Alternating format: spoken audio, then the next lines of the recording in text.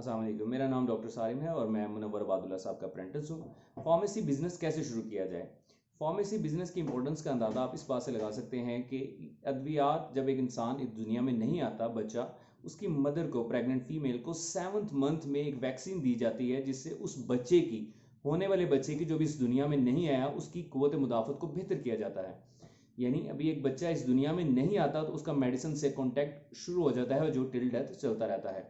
Pharmacy जब भी आप स्टार्ट करें, एरिया सिलेक्शन के ऊपर खूब काम करें, क्योंकि एरिया ही आपकी बहुत सारे पैरामीटर्स को डिफाइन करेगा, आपकी रिक्वायरमेंट्स को, आपके प्रॉफिट को। ये बहुत ज़्यादा डिपेंड करता है कि आप एरिया कौन सा चूज़ करते हैं। एरिया के लिए दो चीज़ें याद रखिए कि एक पॉपुलेशन, उस एरिया की जहां फार्मेसी बनाना चाह रहे हैं उस आबादी क्या है, और ऑलरेडी अवेलेबल फैसिलिटीज़, वहां पे ऑलरेडी कितनी सहूलियात अवेलेबल हैं, उसके मुताबिक ही आपको उनको कम्पीट करना पड़ेगा। या अगर आप ऐसे एरिया को सिलेक्ट करते हैं जहाँ आबादी बहुत ज़्यादा है, फैसिलिटीज़ कम हैं, तो एक अच्छा चांस है कि आप वहाँ पे अच्छा प्रॉफिट अर्न कर सकते हैं और अपने बिजनेस को जल्दी बूस्ट कर सकते हैं। अब फार्मेसी रिक्वायरमेंट्स क्या होती हैं? सबसे पहले लीगल रिक्वायरमेंट में आपके पास ये है कि क्वालिफाइड फार्मासिस्ट, जो कि pharmacy doctor of pharmacy degree holder हो, 5 साल फार्मेसी डॉक्टर ऑफ फार्मेसी जिसने किया हो, वो क्वालिफाइड पर्सन के तौर पर काम करेगा और उसका लाइसेंस आपको चाहिए होगा ताकि वो आपको फार्मेसी की सेल परचेज को लुक आफ्टर कर सके। ये एक लीगल रिक्वायरमेंट है। सेकेंडली आपके पास एरिया जो है वो आपके पास 140 स्क्वायर फीट का एरिया, या शॉप जो आपके पास जहां फार्मेसी ओपन करना चाह रहे हैं, उसका 140 स्क्वायर फीट का एरिया होना चाहिए और उसकी जो हाइट है वो 8 फुट और उसका फ्रंट जो है वो 8 फुट होना चाहिए। ये दोनों चीज़ें आपने याद रखनी है, क्वालिफाइड फार्मासिस्ट फर्स्टली, और सेकेंडली आप जो शॉप ले रहे हैं वो उसका 140 स्क्वायर फीट का एरिया। अब आप आते हैं थर्डली, आपके पास स्टोरेज कंडीशंस मेडिसिन की जो है वो अप्रोप्रिएट होनी चाहिए। स्टोरेज कंडीशन से मुराद ये है कि एक मेडिसिन के लिए जो रूम टेम्परेचर रिक्वायर्ड होता है वो 25 से 30 डिग्री सेंटीग्रेड, यानी लेस देन 30 डिग्री सेंटीग्रेड एक रूम टेम्परेचर मेंटेन होना चाहिए, और फ्रिज टेम्परेचर जो है वो 2 to 8 डिग्री सेंटीग्रेड मेंटेन होना चाहिए। इसके लिए आपको एयर कंडीशन रिक्वायर्ड होगा और आपको एक रेफ्रिजरेशन रिक्वायर होगा और साथ एक थर्मामीटर, जिससे आप अपना टेम्परेचर लॉग जो है वो अपना टेम्परेचर लॉग जो है मेंटेन करेंगे। उसके बाद आपको जो रैक शैक्स आप उसमें वहाँ पे सारे सेट कर लेंगे। उसके बाद आप अपनी जो एरिया नीट क्लीन रखेंगे। ये सब आपकी इंस्पेक्शन होगी जब आपको लाइसेंस इशू करने से पहले। जब आप ये काम कर लेंगे उसके बाद आप एक साइन बोर्ड जो है अपने फार्मेसी के बाहर लगाएंगे, जिसकी हाइट जो है वो 2.5 फीट और लेंथ जो है वो 5 फीट होनी चाहिए, यानी कि 5 इंटू 2.5 का आप एक साइन बोर्ड लगाएंगे जिसके ऊपर वाइट हैंड राइटिंग में लिखा होगा वर्ड फार्मेसी और उसकी बैकग्राउंड होगी ग्रीन कलर की। ये भी एक लीगल रिक्वायरमेंट है।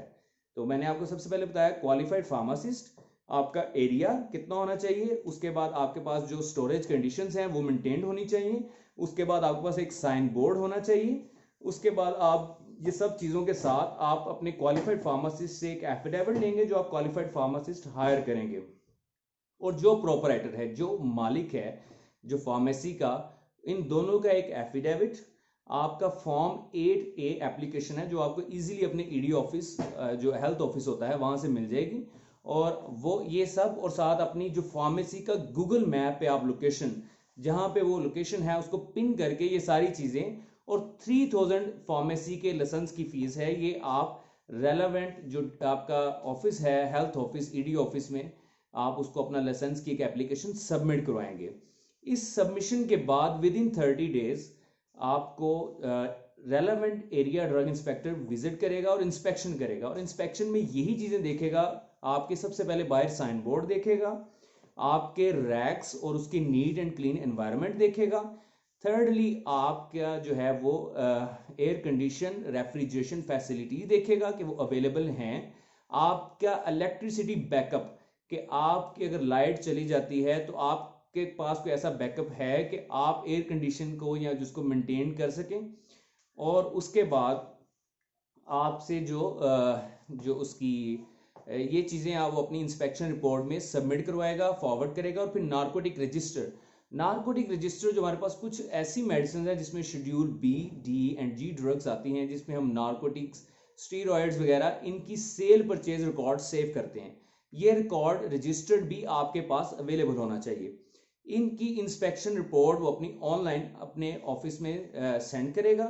विद इन 30 डेज वो आपको विजिट करेगा, यानी जब आपने एप्लीकेशन सबमिट करवाई उसके 30 दिन के अंदर ड्रग इंस्पेक्टर आपकी विजिट करके इंस्पेक्शन रिपोर्ट सेंड करेगा और विद इन 45 डेज आपको लाइसेंस इशू हो जाएगा।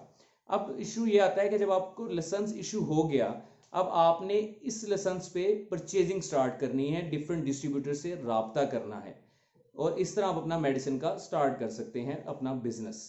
ये कुछ लीगल रिक्वायरमेंट्स थी। मजीद वीडियोस के लिए आप हमारे इस चैनल को सब्सक्राइब करें और बेल आइकन को प्रेस करें ताकि आप मजीद वीडियोस से इस्तेफादा हासिल कर सकें। Thank you.